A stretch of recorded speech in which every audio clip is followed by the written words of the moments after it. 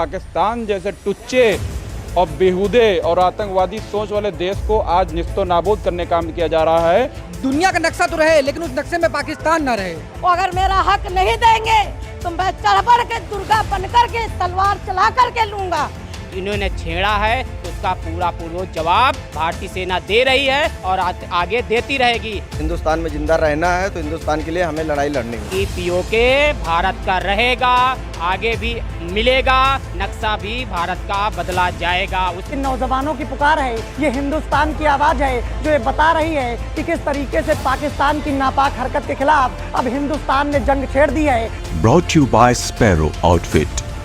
पहलगाम में हुए आतंकी हमले के बाद जिस बात की चर्चाएं पूरे देश में हो रही थी, जिस बदलापुर की चर्चाएं पूरे देश में चल रही थी, आखिरकार वो बदला हिंदुस्तान ने पाकिस्तान से ले लिया है। हमारे हिंदुस्तान ने पाकिस्तान के घर में घुसकर ठीक वैसा ही मंजर बरसाया, ठीक वैसी ही तबाही दिखाई। जिस तरीके की बर्बादी, जिस तरीके की तबाही पाकिस्तान ने अपने नापाक इरादों के माध्यम से पहलगाम में दिखाई थी। बातचीत करने के लिए हमारे साथ कुछ लोग मौजूद हैं जिनसे हम बातचीत करेंगे और जानने की कोशिश करेंगे, क्योंकि पूरे देश में पाकिस्तान की बर्बादी के बाद खुशी का माहौल है और इस खुशी के माहौल में लोग अलग अलग तरीके से उस माहौल को सजा रहे हैं। बातचीत करने की कोशिश करेंगे। क्या परिचय? मैं शैलेंद्र गौत्री, पूर्व कनिष्ठ ब्लॉक प्रमुख, शरेनी, रायबरेली। क्या कुछ कहना चाहते हैं? पहलगाम की घटना जिस तरीके से सामने आई, क्या कुछ कहना चाहते हैं?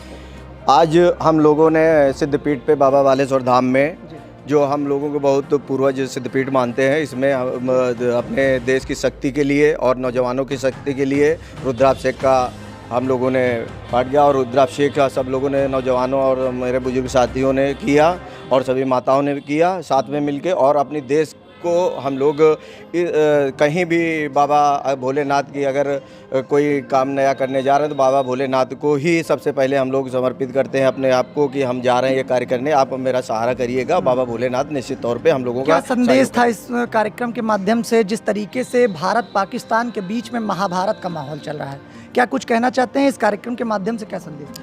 अब पाकिस्तान अपने मतलब गलत तरीके से है, अपने आतंकवादी भेज के हमारे देश की महिलाओं के सामने उनके पतियों को मार रहा है और उनके सामने उनके पति मारे जा रहे हैं। ये तो बहुत दर्दनाक घटना हम लोगों के लिए है, इंडिया के लोगों के लिए। लेकिन हमारे देश के माननीय प्रधानमंत्री मोदी जी एवं रक्षा मंत्री राजनाथ सिंह एवं गृह मंत्री अमित शाह जी के द्वारा प्लानिंग एक बनाई गई और टीम को भेजा गया, जो हमारे देश की 2 महिलाएं, जिसमें से जाके वहाँ पे आतंकवाद के ठिकानों पे गोलीबारी की और बम फेंके।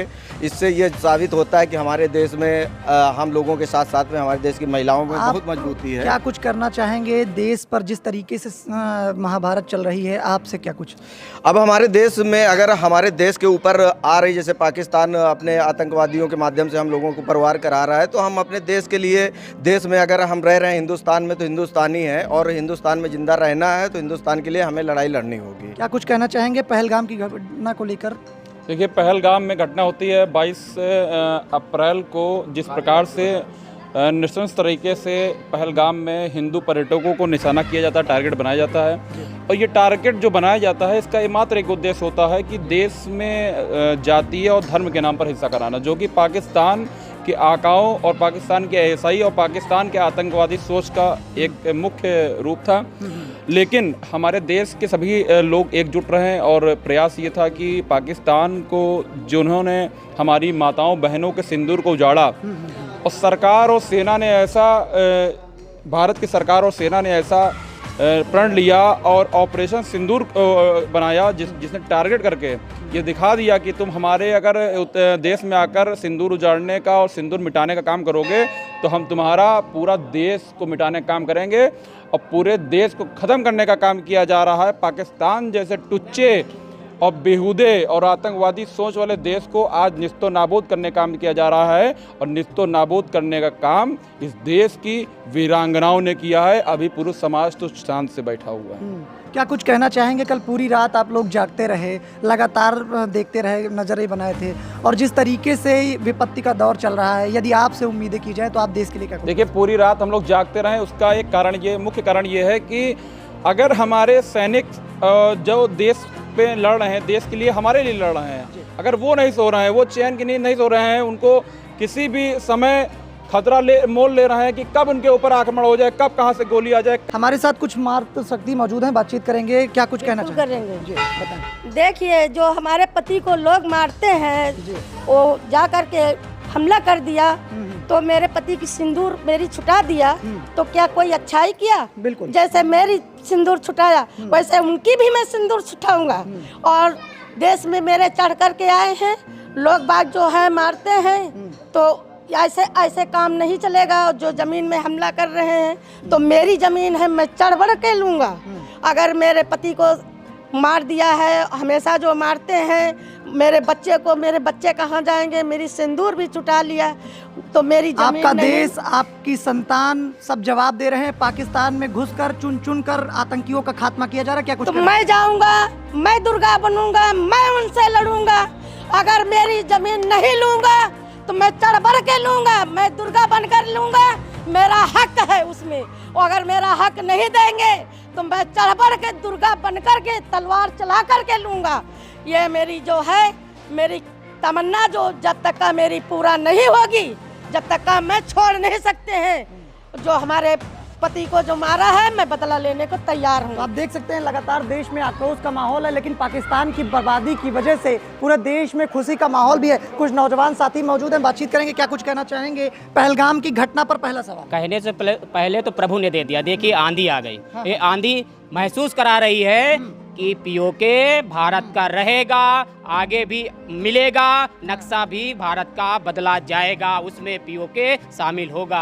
और जैसे हनुमान जी ने कहा था, कवन सुकाज कठिन जग माही, जो नहीं होई तात तुम पाई। तो कठिन कोई नहीं है, भारत के लिए कुछ भी नहीं है। इन्होंने छेड़ा है तो उसका पूरा जवाब भारतीय सेना दे रही है और आगे देती रहेगी। ये मिसाइलें छोड़ेंगे तो यहाँ हाइड्रोजन बम भी छोड़े जाएंगे। भारत के पास आज कोई ऐसे मिसाइल नहीं है जो यहाँ पे नहीं है, पर पाकिस्तान वो दो लेके मिसाइलों पे उफल रहा है। अरे यहाँ कई मिसाइलें, ख़त्म हो जाओगे। जो देश भारत का पानी पी रहा अभी तक, वो तुलना कर रहा है भारत से। ये भारत है, आपको पानी भी पिला रहा है, आपको ज़मीन देख के खिला भी रहा है। तो आपको ये दिन भूल ना जाओ, ये भूखन भी मारेगा आपको पाकिस्तान। ये हिंदुस्तान की ज़मीन है, हिंदुस्तान का नौजवान, ये भारतीय सेना आपको पुरजोर जवाब देगी और ख़त्म करके वहाँ से पीओके भारत में शामिल करेगी। आप समझिए इस बात को कि जब पहलगाम में हमला हुआ उसी वक्त ये तय हो गया था कि कुछ बड़ा होने वाला है, और मोदी सरकार ने जो किया उसके बाद पूरे देश में खुशी का माहौल है। पूरे देश में लगातार चर्चाएँ भी हो रही हैं। और कुछ और साथी मौजूद हैं, बातचीत करेंगे। क्या शुभ नाम आपका? मेरा नाम अमन शुक्ला है। आज हम लोग यहाँ पे बालेश्वर मंदिर में आए थे जी। जो हमारी देश की सेना लड़ रही है, हाँ। उनके लिए हम लोग वो करने के लिए आए थे, प्रार्थना करने के लिए आए थे कि वो जिस बहादुरी से हमारी देश की रक्षा कर रही है और पाकिस्तान को मुंहतोड़ जवाब दे रही है, उसमें वो और तेजी लाए और पाकिस्तान को नस्ता नाबूद करे। क्योंकि जो पाकिस्तान है, देश के नक्शे से गायब करना चाहते हैं। बिल्कुल गायब करना चाहते हैं। हम चाहते हैं कि दुनिया का नक्शा तो रहे, लेकिन उस नक्शे में पाकिस्तान ना रहे। आप समझिए इस बात को, लगातार ये नौजवानों की पुकार है, ये हिंदुस्तान की आवाज़ है जो ये बता रही है कि किस तरीके से पाकिस्तान की नापाक हरकत के खिलाफ अब हिंदुस्तान ने जंग छेड़ दी है। जंग का ऐलान हो चुका है और अब सिर्फ इंतजार परिणाम का है। Brought to you by Sparrow Outfit.